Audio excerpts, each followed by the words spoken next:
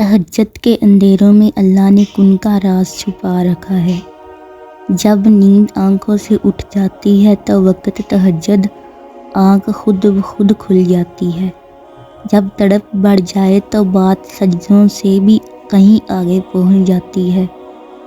آدھی رات کو کیے گئے سجدے قبولیت کے امکانات بڑھا دیتے ہیں۔ جو مقدر میں نہیں، تہجد وہ دعا بھی عرش سے قبول کروا لاتی ہے۔ اندھیری رات میں اللہ کو لگائی ہوئی پکار سیدھا عرش پر اللہ کے پاس پہنچ جاتی ہے۔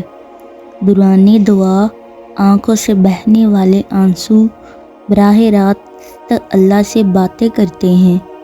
جب بات تہجد تک پہنچ جاتی ہے پھر کہانی نہیں حقیقت بن جاتی ہے۔ مانگو اور پورے یقین سے مانگو۔ وقت تہجد اللہ پھیلائی ہوئی جولی کو کن سے سجا کر ہی واپس لوٹاتا ہے۔ اتنا ہے نا، یہ بے وجہ نہیں ہے۔ اللہ نے تمہیں چن لیا ہے تمہاری دعائیں قبول کرنے کے لیے۔ یہ جو تم تہجد کے وقت آنسو بہاتے ہو، اللہ کو سب بتاتے ہو، یہ سب اللہ خوشی میں تبدیل کرنے والا ہے۔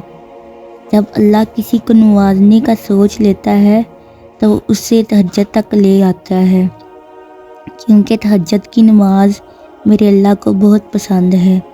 وہ تمہارے غم کے سجدے شکر کے سجدے میں بدلنے کے لیے تمہیں تہجد تک لے آتا ہے۔ تمہاری تہجد کی نماز تمہارے مقدر سے لڑ جاتی ہے۔ جو دعاؤں سے نہیں ملا اسے تہجد میں ڈھونڈو۔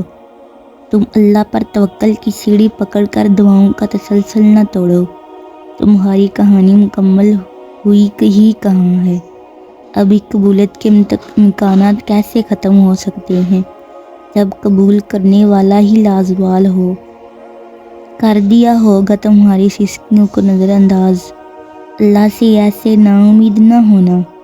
تم کرو نیند قربان تہجد میں، پھر اس کے معجزے دیکھنا۔